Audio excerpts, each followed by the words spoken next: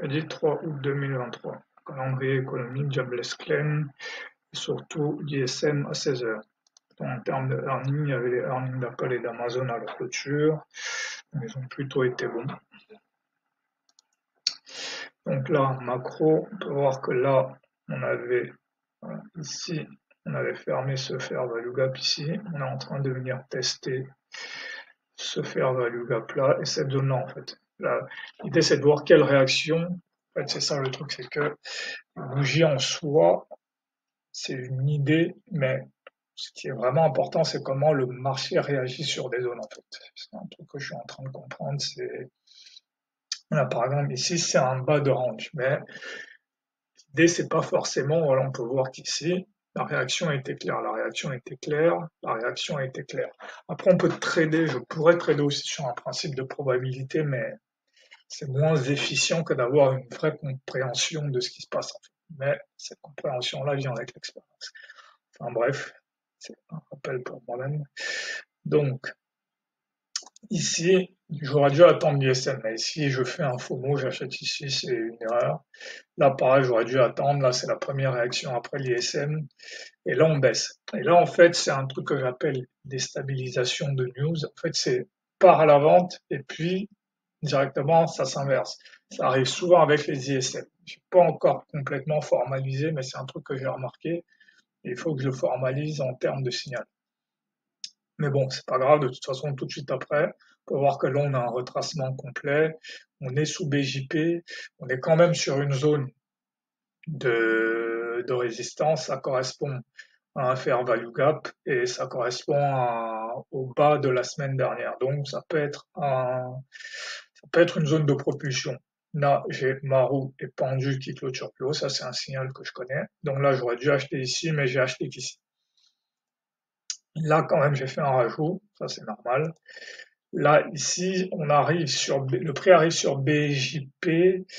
Donc là, c'était un peu, là, j'ai préféré attendre. Là, pareil, j'ai préféré patienter.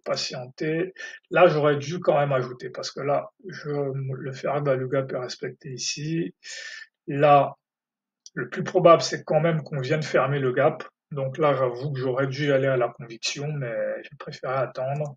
Pareil. Là, j'ai pas rajouté ici. Là, quand même, je me suis servi de mon créneau, donc ça, c'est bien aussi. Même si j'ai eu une hésitation ici, mais dès qu'on est passé au-dessus, j'ai rajouté, donc c'est bien aussi. Parfois, c'est à ça que ça sert d'étudier les créneaux, en fait. C'est de se dire, même si je rentre pas directement à la clôture, j'ai tout cet intervalle jusqu'à la target pour entrer, en fait. Et c'est ce dont je me suis servi ici.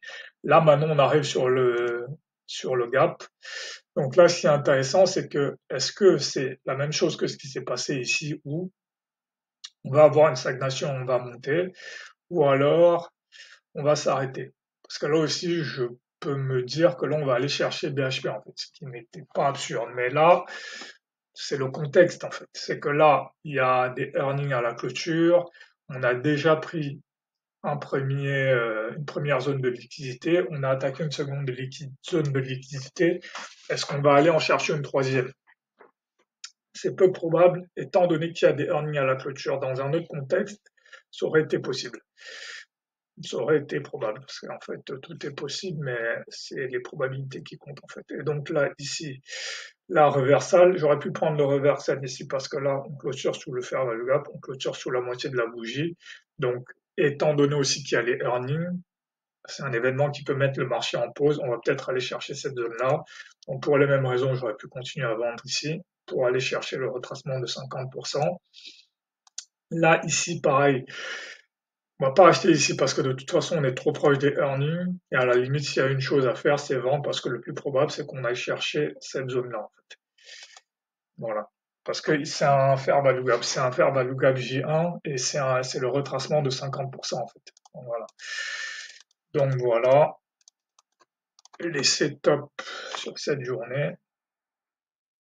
Là, ici, hésitation, j'achète. Ici, nous, stabilisation. Ici, le maraud et le pendu. À partir d'ici, je suis en montée algo. Ici, je suis en indécision. Est-ce que c'est une continuation ou est-ce que c'est un reversal? Après, ici, un reversal. Ici, pareil, indécision. Est-ce que c'est un pull flag ou alors c'est un retracement à la hausse et puis une baisse?